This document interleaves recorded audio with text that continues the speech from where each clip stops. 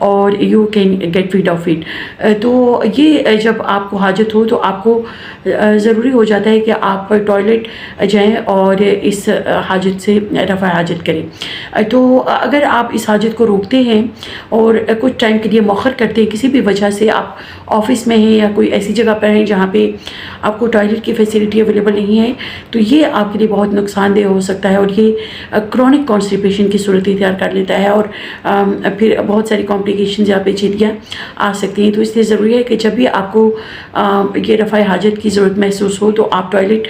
استعمال کریں اور آپ اپنا جو ایک ٹوائلٹ کا جانے کی ضرورت ہے اس کو پورا کریں. تو یہ بہت ضروری ہے. آپ کئی لوگوں میں یہ مختلف وجوہات کی بنا پر یہ جو ارج ہے یہ جب ہوتی ہے تو وہ ٹوائلٹ جاتے ہیں تو ان کو مشکل ہوتی ہے رفع حاجت کرنے میں، ان کو زور لگانا پڑتا ہے یا جو ہے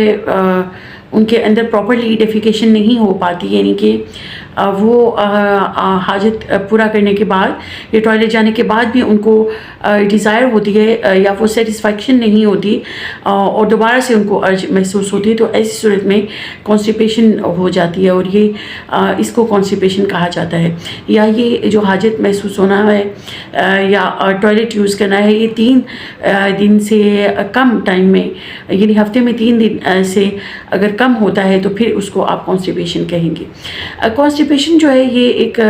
دائمی صورت اختیار کر لیتی ہے اگر آپ بہت زیادہ ٹائم کے لیے آپ اس کو روکتے ہیں، آپ رفع حاجت نہیں کرتے اور اس کو مؤخر کرتے رہتے ہیں، تو یہ پھر کرونک کانسٹیپیشن کی صورت اختیار کر لیتی ہے اور ویشیس سائیکل سٹارٹ ہو جاتا ہے اور آپ کی کانسٹیپیشن جو ہے وہ بہت زیادہ شدید نوعیت کی ہو جاتی ہے اور پھر یہ مریض کے لیے بہت زیادہ پریشانی کا باعث بنتی ہے اور پھر یہ بہت تکلیف دہ صورتحال اختیار کر لیتی ہے. اس لیے ضروری ہے کہ اس کو بر وقت ٹریٹ کیا جائے. اب مختلف قسم کی آپ کو یہ دیکھنے کی ضرورت ہے، جیسے میں پہلے بتا چکی ہوں کچھ وجوہات. تو آپ اپنی لائف سٹائل سب سے پہلے ہم مریض کو گائیڈ کرتے ہیں کہ آپ اپنی زندگی کے معمولات میں کچھ ایسی تبدیلیاں لے کر آئیں جو کہ آپ کو کانسٹیپیشن سے ریلیف دیں. تو اس کے لیے سب سے زیادہ ضروری یہ ہے کہ آپ اپنا سیڈنٹری لائف سٹائل، جو زیادہ ٹائم آپ بیٹھے رہتے ہیں یا لیٹے رہتے ہیں، اس لائف سٹائل کو چینج کریں. آپ فزیکل ایکٹیویٹی کریں اور ایکسرسائز ضرور کریں، چھوٹی موٹی یا جو ہلکی پھلکی ورزش ہے وہ ضرور کریں تاکہ آپ کی کانسٹیپیشن جو ہے وہ نہ ہو. پھر آپ اپنی ڈائٹ میں کچھ ایسی تبدیلیاں لے کر آئیں گے جیسا کہ آپ اپنی سبزیاں اور پھل اور فروٹس اور جوسیز وغیرہ زیادہ استعمال کریں. پانی کا کثرت سے استعمال کرنا، کم از کم 8 سے 10 گلاس جو ہے وہ پانی کے آپ کو استعمال کرنے چاہیے روزانہ، تاکہ آپ کانسٹیپیشن آپ کو نہ ہو اور آپ آسانی سے جو ہے اپنی جو روزمرہ کی ایکٹیویٹیز ہیں وہ انجام دے سکیں. پھر ہم دیکھتے ہیں کہ آپ کو مختلف قسم کے ڈائٹس جو ہیں وہ آپ کو فالو کرنی ہوتی ہیں، جس میں آپ پھل اور سبزیاں شامل کر سکتے ہیں اور کچھ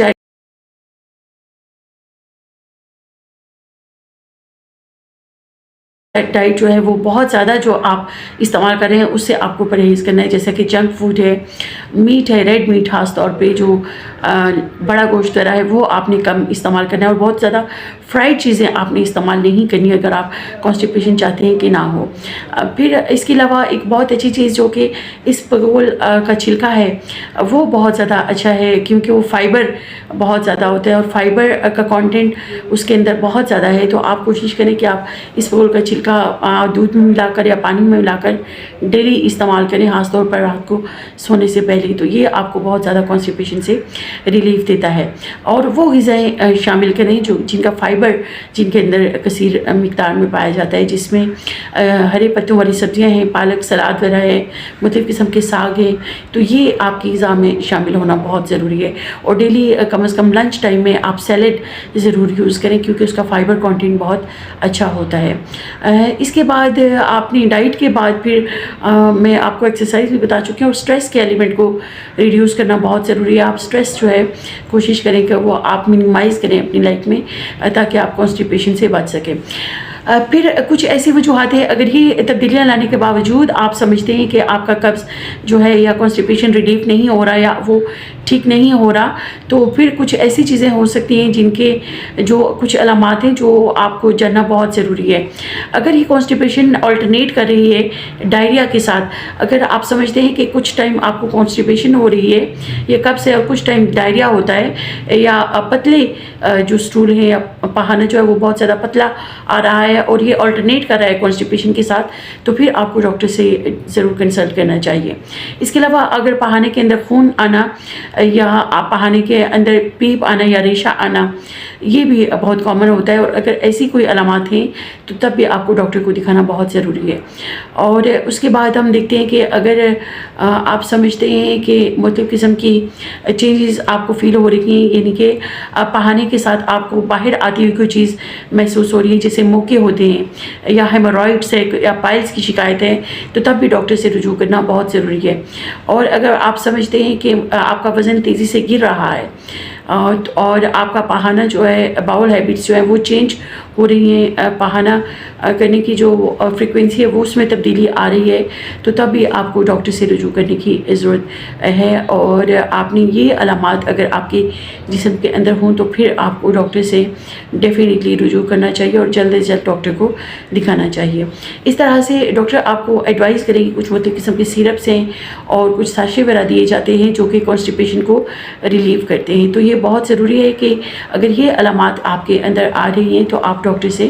رجوع کریں، اور اس طرح سے آپ اپنی طرز زندگی میں مختلف قسم کی تبدیلیاں لا کے، یعنی کہ لائف سٹائل ماڈیفکیشن کر کے اور ڈاکٹر سے رجوع کر کے آپ کانسٹیپیشن سے چھٹکارا حاصل کر سکتے ہیں۔ لیکن ضروری ہے کہ آپ کانسٹیپیشن کو